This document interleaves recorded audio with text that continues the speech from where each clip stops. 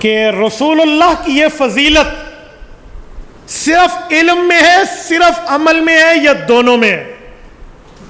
اگر کہیں کہ حضور پاک علیہ الصلوۃ والسلام کے اعمال بہت اچھے ہیں اسی لیے حضور کی بڑی فضیلت ہے، تو ظاہر دیکھیں، ظاہر، حقیقت نہیں، ظاہراً جو ظاہر ہوتا نہیں ہے. آپ جائیں نا موٹر وے پر 5 کلومیٹر آگے اگر سیدھا روڈ ہو تو آپ کو نظر آ جائے گا کہ وہاں پانی ہے یا نہیں ہے؟ ہوگا پانی؟ بولیے. تو ظاہر دیکھنا اور ہے. تو ظاہر حضرت نانوتوی فرماتے ہیں ظاہر میں اگر نمازیں دیکھیں تو نماز تو فرض ہوئی ہے بالکل مدینہ طیبہ کی ہجرت سے 2-4 سال پہلے، 2-3 سال پہلے، سن 1090 میں، اور رسالت مآب علیہ الصلوۃ والسلام 3 سال بعد ہجرت کر رہے ہیں اور 10 سال مدینہ میں رہ رہے ہیں، تو 13 سال اللہ کے رسول نے نمازیں پڑھی ہیں. اور امت محمدیہ میں کوئی ایسے خوش قسمت جو ہیں جو 50 سال سے نمازی ہوتے. اللہ ہم سب کو اور ہماری نسلوں کو پکا نمازی بنائے. تو کہا پھر یہ تو بظاہر امتی اعمال میں بڑھ رہا ہے. اللہ کے رسول نے اعلان نبوت کے بعد کتنے حج کیے ہیں؟ اعلان نبوت کے بعد 1 حج. پہلے کے جو ہیں وہ اپنی جگہ ہیں. اور اعلان نبوت کے بعد عمرات کی تعداد کتنی ہے؟ رسول اللہ 4 مرتبہ معتمر بنے ہیں. 1 مرتبہ رسول اللہ صلی اللہ علیہ وسلم نے حج فرمایا. تو 4 عمرے اور 1 حج. میں ایسے ایسے خوش قسمت آپ کو دکھا سکتا ہوں جو 50 حج کر چکے ہیں. اور عمروں کی تعداد تو پتہ نہیں، اس سے بھی مجھے بھائی صادق ملے کہہ لیتے الحمدللہ 1600 عمرے میرے پورے ہو چکے ہیں. تو ایسے خوش نصیب بھی ہیں جن کی ساری زندگی مکہ اور مدینہ کے نمازوں میں گزر جاتی ہے. یا عابد الحرمین لو ابصرتنا لعلمت انک بالعبادت تلعب. یہ حضرت عبداللہ ابن مبارک رحمہ اللہ اور حضرت فضیل ابن عیاض رحمہ اللہ کی بات کو آپ جانتے ہیں. تو بھائی کچھ ظاہر میں ایسا بھی ہو سکتا ہے کہ عمل میں امتی بڑھتا ہوا نظر آئے. تو اس کا معاملہ کیا ہے؟ تو حضرت نانوتوی نے اس سوال کا جواب دیتے ہوئے حضرت نانوتوی کا لفظ ہے، فرمایا انبیاء اپنی امت میں اگر ممتاز ہوتے ہیں، بڑا درجہ رکھتے ہیں، تو علوم میں ہی ممتاز ہوتے ہیں، یعنی علم میں بڑے ہیں. باقی رہا صرف عمل، وہ عمل میں بسا اوقات بظاہر امتی مساوی بھی ہو جاتے ہیں اور کبھی بڑھ بھی جاتے ہیں، لیکن ظاہر میں. اب یہ جو سوال آیا تو معترضین کو تو بس اور موقع ہی چاہیے تھا. بات بنے نہ بنے زور زبر سے بنا دو، کیونکہ حق بات جانتے ہیں پر مانتے نہیں. ضد ہے جناب تقدس مآب میں، وجہ تو یہی تھا. تو اس ضد کا کوئی علاج نہیں، یقین مانے کوئی علاج نہیں. ایک آدمی نے دوسرے کو گالی دینی تھی، وہ دیتا تو لوگ کہتے شرم نہیں آتی، یہ تو حاجی صاحب ہے اس کو گالی دیتا ہے. تو وہ اس کے حج سے ڈرتا تھا. تو سوچتا کہ اس سے بغض تو مجھے ہے، میں اس کو گالی دوں. سنو، اس نے گالی کی پٹی بنا دی. کہا گالی بھی دوں گا، دل بھی میرا ٹھنڈا ہو جائے گا، بغض بھی پورا ہو جائے گا اور اعتراض بھی نہیں آئے گا. کہا وہ کیا؟ ایک دن آ گیا، اس نے کہا تو ہے حاجی، حاجی کو تھوڑا موٹا اوپر نیچے کرو تو بنتا ہے چاجی. فارسی میں چاجی کا معنی ہوتا ہے کمان، تیر کمان، اور کمان کے اوپر کاف بائی دوسری لگا دو تو بنتا ہے گمان. گمان کا معنی ہوتا ہے شک کرنا. شک کے 3 نقطے شین کے ہٹا کے سین بنا دو اور نقطوں کی جگہ دوسری کاف ڈال دو تو شک کے بجائے بن جاتا ہے سگ. اور سگ کا معنی ہوتا ہے کتا، لہذا تو کتا ہے.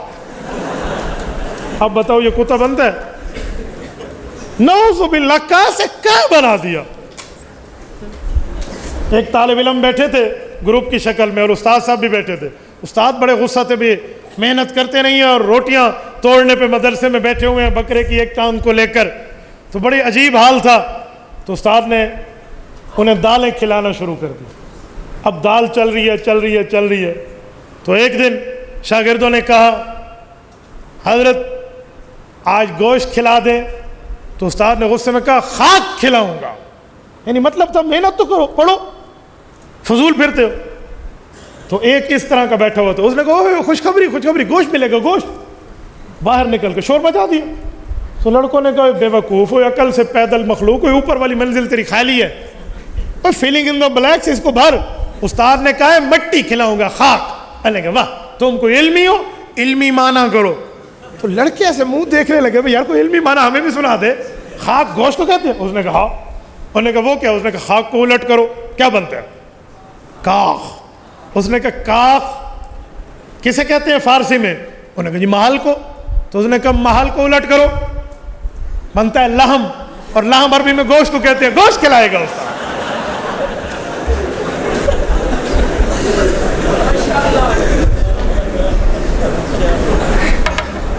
یہ حال ہے.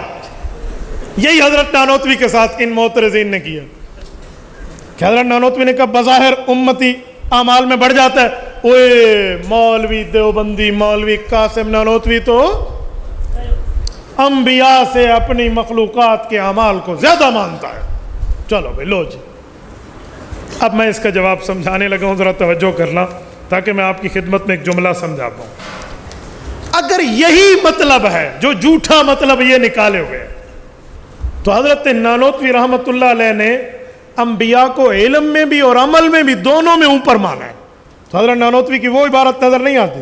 اگر یہی جھوٹ ہے, میں جواب دیتا ہوں لیکن جواب سے پہلے ایک بات کرنے لگا ہوں کہ اگر یہی بات مان لی جائے کہ حضرت نانوتوی رحمۃ اللہ علیہ یہی فرمانا چاہتے ہیں جو ہمیں مخالف سمجھا رہا ہے, تو پھر حضرت کی ایک اور عبارت ہے جس سے یہ بھی پتہ چلتا ہے کہ انبیاء علم میں بھی اونچے ہیں اور عمل میں بھی اونچے ہیں.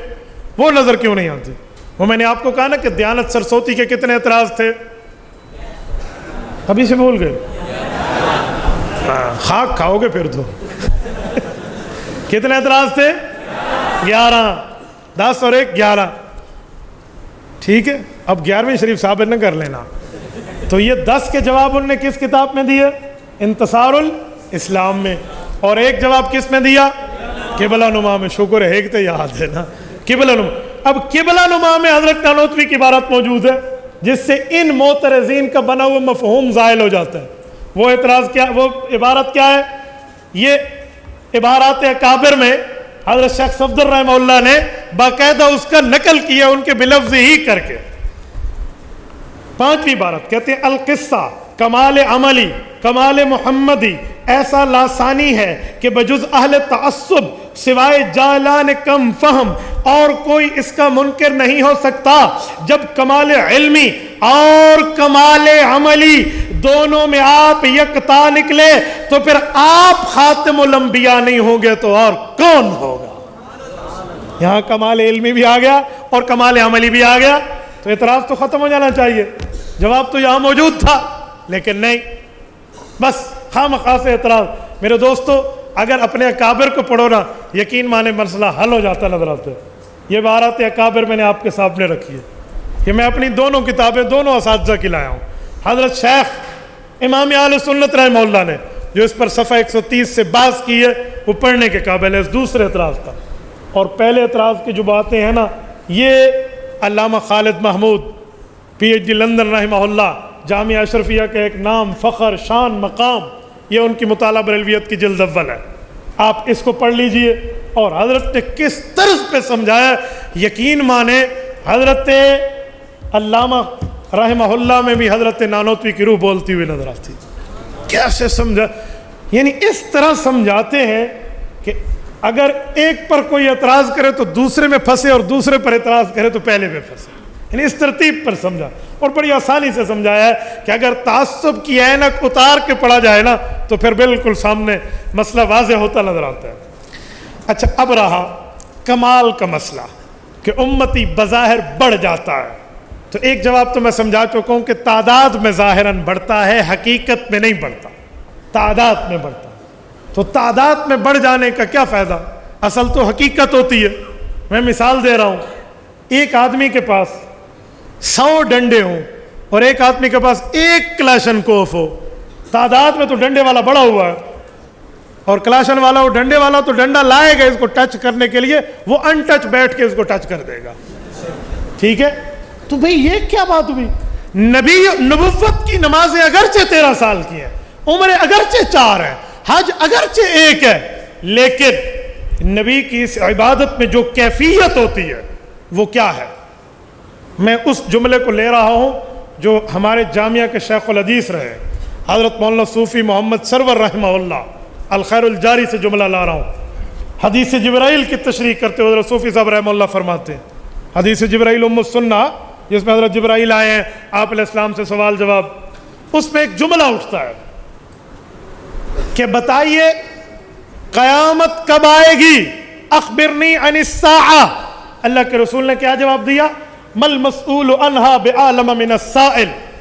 آسان ترجمہ، جتنا تجھے پتا ہے نا کہ اللہ جانتا ہے، اتنا مجھے پتا ہے کہ قیامت کو اللہ جانتا ہے۔ مل مسئول عنہا بعالم من السائل کا ترجمہ بڑا آسان کیا کریں، تو جتنا تو جانتا ہے نا کہ اس کا حقیقی علم اللہ کو ہے، اتنا ہی اللہ نے حقیقی علم ہمیں دیا ہے کہ اللہ کو ہے۔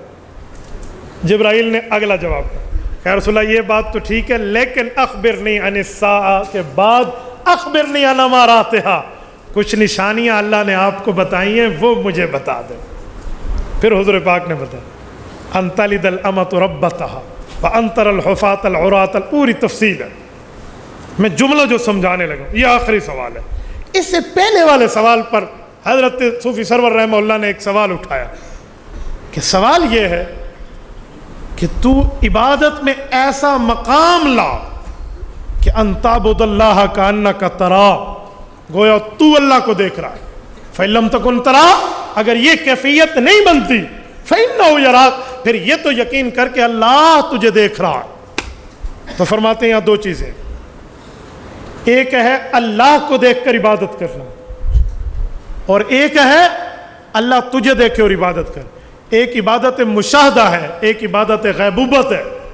کہ عبادت غیبوبت ہم امتیوں کی ہیں، عبادت مشاہدہ حضور پاک کی ہے، انبیاء کی ہے، وہ اللہ کو دیکھ کر عبادت کرتے ہیں، اور ہم اللہ کو نہیں دیکھ سکتے، لا تدرک الابصار، لیکن اللہ تو ہمیں دیکھتا ہے۔ تو اصل عبادت مشاہدہ ہے، تو نبی کی عبادت عبادت مشاہدہ میں ہے، اللہ کو دیکھ کر ہے۔ ہماری عبادت تو اللہ دیکھ رہا ہے، تو پھر کیا وجہ ہوئی؟ فرمایا کہ نبی کی عبادت میں کیفیت ہے خشوع اور تواضع والی، اور خشوع اور تواضع کا مدار عظمت پر، اور جتنی عظمت ہے اتنی زیادہ خشوع ہے، جتنی زیادہ عظمت دل میں ہے اس کی وجہ کہ اللہ کی معرفت اتنی دل میں ہے، جتنی معرفت دل میں ہے معرفت آئے گی علم کی بنیاد پہ، تو جتنا علم دل میں ہے اتنی اللہ کی معرفت ہے۔ تو علم میں سب سے زیادہ انبیاء ہے، تو نبی کی عبادت کا ایک سجدہ عبادت مشاہدہ والا ہے، دیکھ کر کرتا ہے۔ ہمارے بن دیکھے کروڑوں سجدوں سے ایک سجدہ افضل ہے، اکرم ہے، اعلیٰ۔ تو نبی کی عبادت جزاک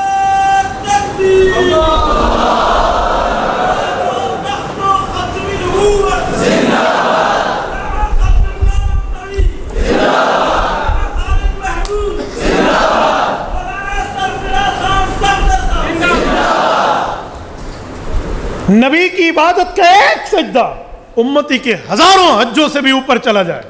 اگرچہ ایک بندہ 1000 حج نہ کر سکے، لیکن میں مجموعے کے طور پہ کہتا ہوں درجنوں حج سے اوپر چلا جائے، کیوں؟ وہ عبادت مشاہدہ ہے، ہماری عبادت غبوبت ہے۔ اس لیے یہ سوال نہیں ہو سکتا جو حضرت نے فرمایا ہے، اگرچہ کمال عمل میں بھی انبیاء کو اوپر مانا، لیکن اگر تیرا سوال ہی لیا جائے تو علم میں نبی کا جو عمل ہے وہ امتی کے ہزاروں عملوں سے بھی اوپر ہے۔ اس لیے حضرت نانوتوی پر اعتراض ہے۔ یہ تھی تعذیر الناس کی حقیقت کے متعلق چند باتیں، اور یہ جو فائل آپ کی خدمت میں آپ کو دے دیں گے، یہ بھائی مطیع الرحمان صاحب، یہ حضرت استاذی گھمن صاحب دامت برکاتہم کے فوائد پر مشتمل ہے۔ آپ اس کو دیکھ لینا، اور اس پر اپنے معاملات کو سامنے رکھ کر ایک بار پھر بیٹھ کے پڑھنا، یا جو آپ نے خلاصہ لکھا ہے اس کو ایک بار پھر دیکھ کر اور اس کو ریوائز کرنا۔ یقین مانے انشاءاللہ تعالی آپ دلیل کی دنیا میں ایٹم بم بن کے اٹھو گے۔ دلیل کی دنیا کے صرف میزائل نہیں، دلیل کی دنیا کے ایٹم ہوں گے۔ میں اس بنیاد پہ کہتا ہوں، آج تک اس دھرتی پر کسی ماں کی کوکھ نے وہ بیٹا نہیں جنا جو علماء حق کو دلیل میں پھنسا جائے۔ دلیل کی دنیا میں بات کرو، دلیل دلیل ہوتی ہے، شور شرابہ ہے۔ دلیل کی بنیاد پہ بات ہو، دلیل کی بنیاد گولیوں اور گولوں سے بہت اوپر ہوا کرتی ہے۔ ٹھیک ہو گیا؟ اللہ تعالیٰ آپ کو اور ہمیں صراط مستقیم عطا فرمائے۔ اللہ پاک آپ کو اور ہمیں ختم نبوت کی خدمت کی توفیق عطا فرمائے۔ رب کریم آپ کو رمے ختم نبوت کے معاملات سمجھنے کی اور اس پر عمل کرنے کی اور اس کورس کو آگے چلانے کی توفیق عطا فرمائے۔ اقول قولی ھذا واستغفر اللہ فآخر دعوانا ان الحمد للہ رب العالمین۔ انجینئر مرزا کے بارے میں کچھ فرما دیں۔ بھئی انجینئر مرزا پر سبق ہو گیا، تو جب ہو گیا تو آپ کیا فرما دیں؟ کوئی سادے بندے وہ انجینئر ہے، وہ ڈاکٹر، عالم، حافظ، قاری، مفتی، محدث نہیں ہے۔ دین کا مسئلہ ان سے پتہ چلتا ہے، انجینئر سے نہیں۔ انجینئر سے صرف اتنا پوچھو تھلی ٹیڑھی ہے یا سیدھی ہے، گلی ٹیڑھی ہے یا سیدھی ہے، روڈ سیدھا ہے یا ٹیڑھا ہے، وہ آپ کو بتاتا چلا جائے گا، انشاءاللہ تعالی مسئلہ نہیں ہوگا۔ استاد جی اپنے کسی مناظرے کی کارگزاری سنا دیں۔ بھئی کارگزاری تو اس سے کم میں آپ کو سنا رہا ہوں، یہ ساری کارگزاریاں آپ کے پاس ہیں۔ حضور پاک نے فرمایا میرے نبی، میرے بعد کوئی نبی ہوتا تو حضرت عمر ہوتا، ابو بکر کے بارے میں کیوں نہیں فرمایا؟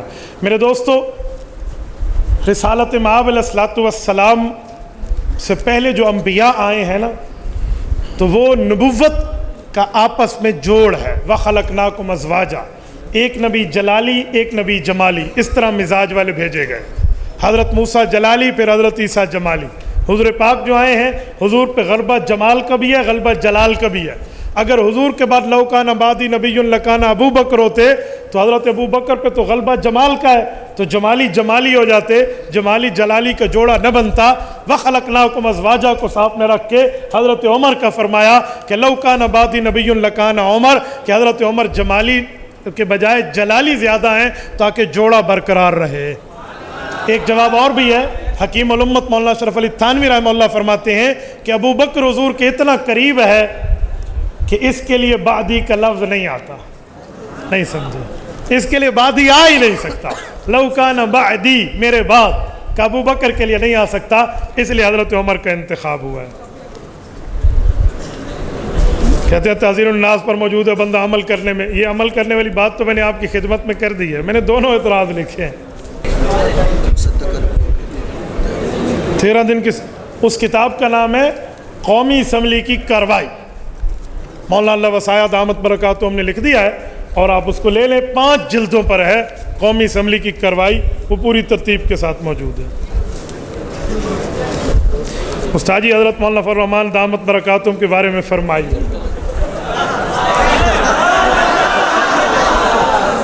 اب تو مولانا نے گردن پر پاؤں رکھ دیا ہے۔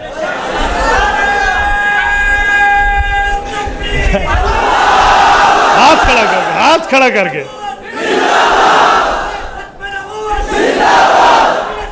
چلو میں اس میں 5 منٹ لگا دوں۔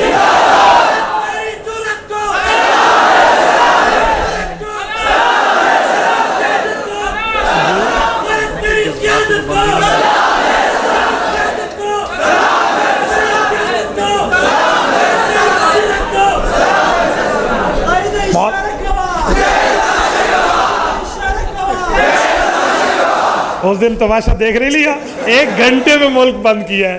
تو میرے دوستو، مولانا فضل الرحمان کی سلامی پیش ہم کیوں نہ کریں؟ جس کے پاس 15 سیٹیں ہیں، اس نے اس کی چیخیں نکلوا دی ہیں جس کے پاس 155 سیٹیں ہیں۔ اور آپ کو پتہ ہے یہ کیوں چیخیں نکلی ہیں؟ کہ وہ 155 اپنی نہیں ہے، وہ ڈاکہ لی ہوئی سیٹیں ہیں، وہ سلیکٹڈ سیٹ ہے، وہ چوری والا مال ہے، وہ ITS بند ہوا ہے جس کی وجہ سے معاملہ ملا ہے، اور یہ بیچارے سچی مچی پہ سمجھ گئے کہ ہمیں کچھ ملا ہے۔ تو میرے دوستو انشاءاللہ ایسی بات نہیں ہے، اللہ کریم کرم کریں، قائد ملت اسلامیہ ہے، اور مولانا فضل الرحمان دامت برکاتہم کے لیے اور کیا بات، جامعہ اشرفیہ میں جمعہ کی امامت کر کے گئے، تو پورا مرکز اہل حق ان کی تائید میں ہے۔ تو انشاءاللہ تعالی لاکھوں علماء کے قائد ہیں، اور حضرت مولانا کے اوپر سب کا اعتماد ہے، انشاءاللہ تعالی ہم حضرت کے ساتھ ہیں، اور حضرت کے ایک حکم پہ انشاءاللہ تعالی اپنی جان تک نچھاور کریں گے، ٹھیک ہے؟ اور آپ دعائیں کریں حضرت مولانا کی صحت کے لیے بھی، اور حضرت مولانا کی امداد کے لیے بھی، اللہ ان کی مدد اور نصرت کرے۔ آخری بات کر کے میں بات ختم کر رہا ہوں۔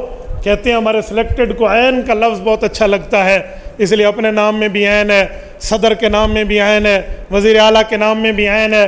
تو میں نے کہا انشاءاللہ تعالی بے فکر رہو، عدم اعتماد میں بھی عین ہے، اور اس کے بعد عام انتخابات میں بھی عین ہے، ٹھیک ہے؟ جزاکم اللہ تعالی۔ اقول قولی ھذا واستغفر اللہ وآخر دعوانا ان الحمد للہ رب العالمین۔